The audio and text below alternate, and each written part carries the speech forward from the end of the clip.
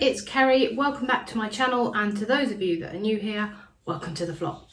So as you may have seen over some of my most recent videos, I have been doing quite a few hauls, which means now that I have run out of room in my wardrobes, I have no hangers left, so I need to shift some of the stuff that I don't wear anymore, and there's only one really good way for me to do that: on Vinted. So I've done a couple of videos before on Vinted, which I shall link up here for you, but today's one, I'm just going to show you how I go through everything in my wardrobe and sell it on Vinted, so that if you decide that you want to sell on Vinted, then follow my lead. So I'm going to take you through how I list an item on Vinted and top tips on how to make the best advert, I guess, for you, so that you can try and sell your item as quickly as possible. I'll take you through the things that I've found that's worked well for me, including the types of items that I've sold as well. So without further ado, let's go on and raid my wardrobes to find stuff to sell.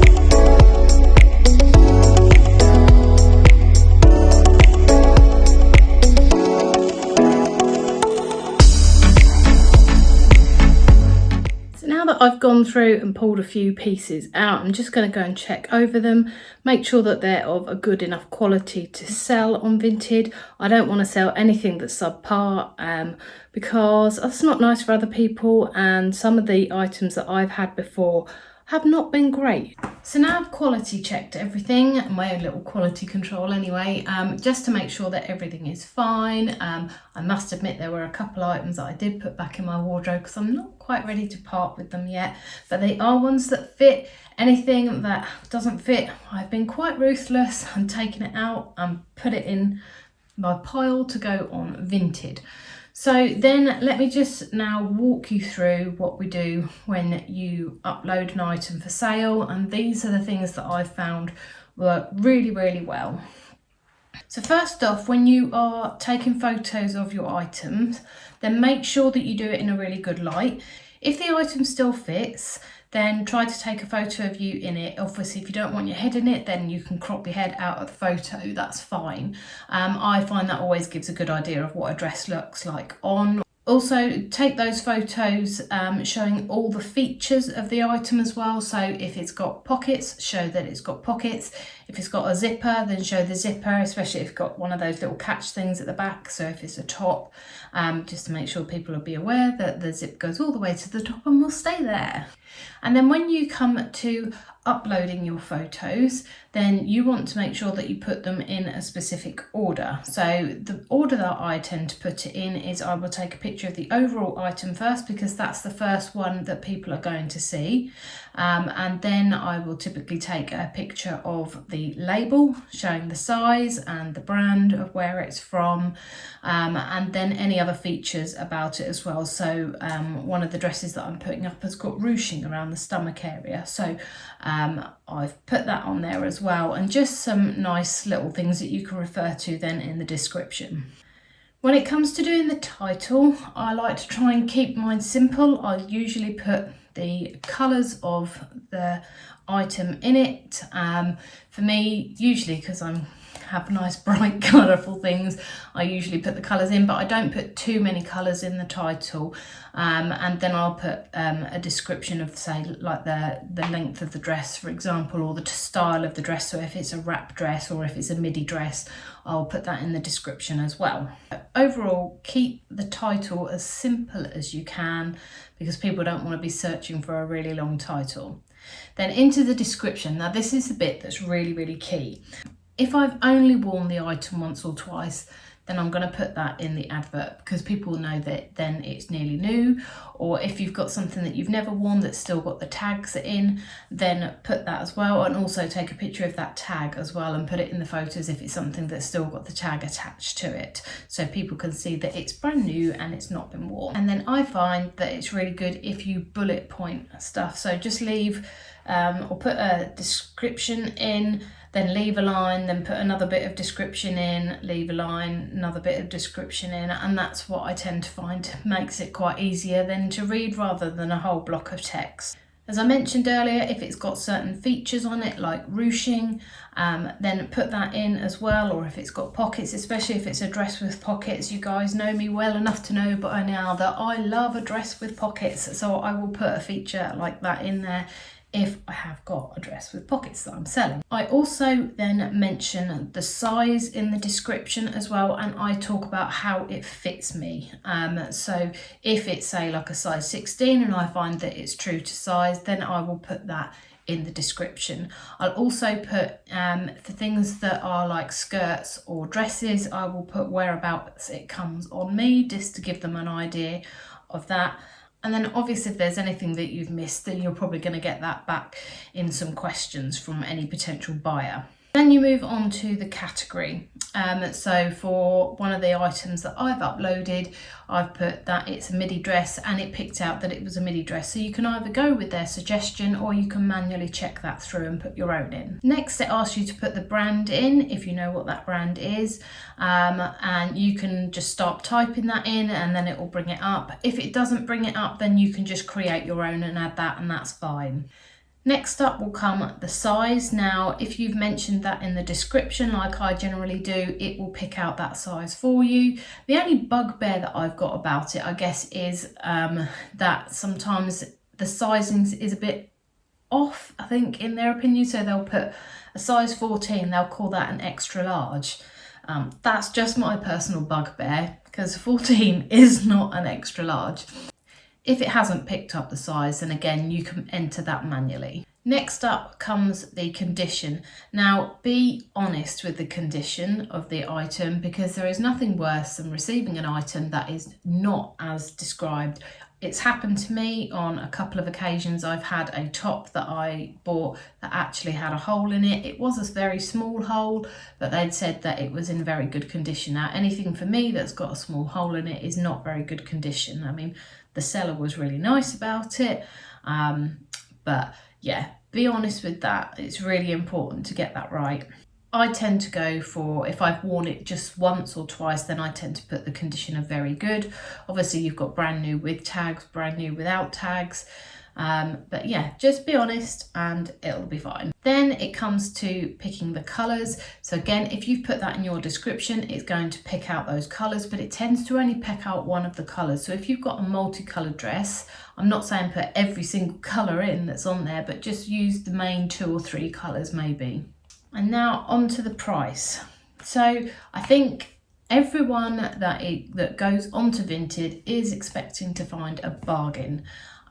So if you were putting something designer on there, then don't go and put the original designer price on it, because you're not going to get it. So what I tend to do is I'll put the price on at slightly above what I'm willing to accept for it, because a lot of the time you will have people come back to you and offer you a price. Now, I have had people that come in and offer me take like a third off the price. For that, I'm just going to say no, you can refuse that, but you can counter back with another offer. So set your price realistically, but maybe a little bit above what you're expecting.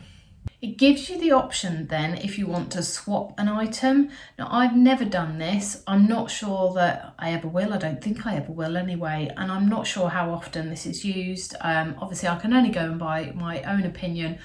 And yeah, swapping just doesn't really work for me.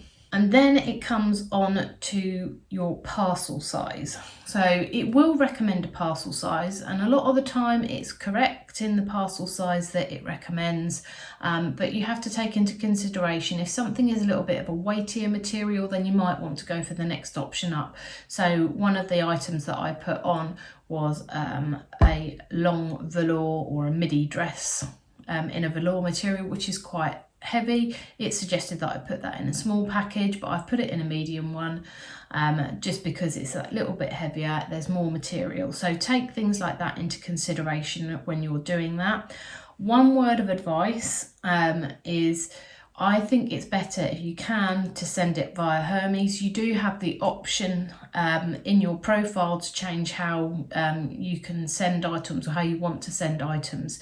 Royal Mail, I think Vinted have got their sizing wrong when it comes to Royal Mail items. So I used their suggested parcel size for a Royal Mail option. And when I came to post it, it actually ended up costing me £2 more. And then Vinted weren't helpful with that when I approached them and said, what do I do? And they said, well, actually, there's nothing you can do unless you go and ask the buyer for it. But, you know, then I don't even know how you would then get the money for it. So Vinted aren't particularly helpful, I find, when things go wrong. You do have the option if you want to remove Royal Mail from your options, but that may then limit the number of people that are willing to purchase from you, just because they may have a really bad Hermes driver in their area. It's not unheard of, unfortunately.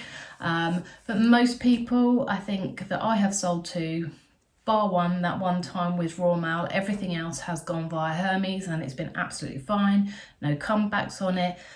They're just a lot easier to work with, and obviously you can either print the label at home, or if you've got a shop nearby when you go to post it off that prints the label for you, then that's great as well. And then you're done. All you need to then do is click upload and watch it go live.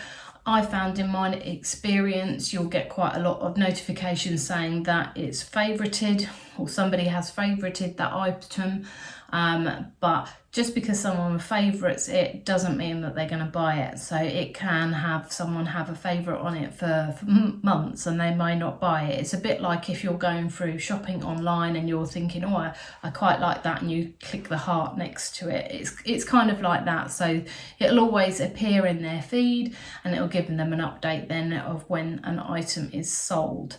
So yeah, don't pay too much attention to how many people have favorited it, and if you get an offer on something and you're not happy with it, remember that you don't have to accept it, but then also you have to kind of weigh up how long you want that to be sat waiting to go out and waiting to be bought. So then my top tips, I guess, for success, obviously I've given a lot of them away already. I have found that shoes sell really, really well. So I have sold every pair of shoes that I've put on there bar one.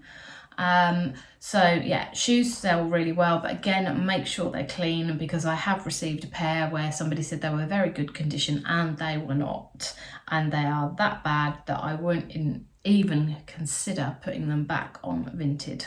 They were also the wrong size. Another top tip is try to sell those clothes that are currently in season, that people are going to be wearing now. Because if you sell something that is out of season, then it could sit there on your list for a long, long time. As I said before, having a good description is key. So really make sure you put the time and effort into putting a good description together. There's nothing that annoys me more than somebody that's just put size 16, fits true to size, and that's it. You've got nothing else, and they have only put one photo up. So there we are. That is my summary. That is my top tips on how to sell for success on Vinted. So if you want to sell successfully on Vinted and want to get those extra pennies in your pockets for Christmas, then just follow my advice and hopefully you'll do well.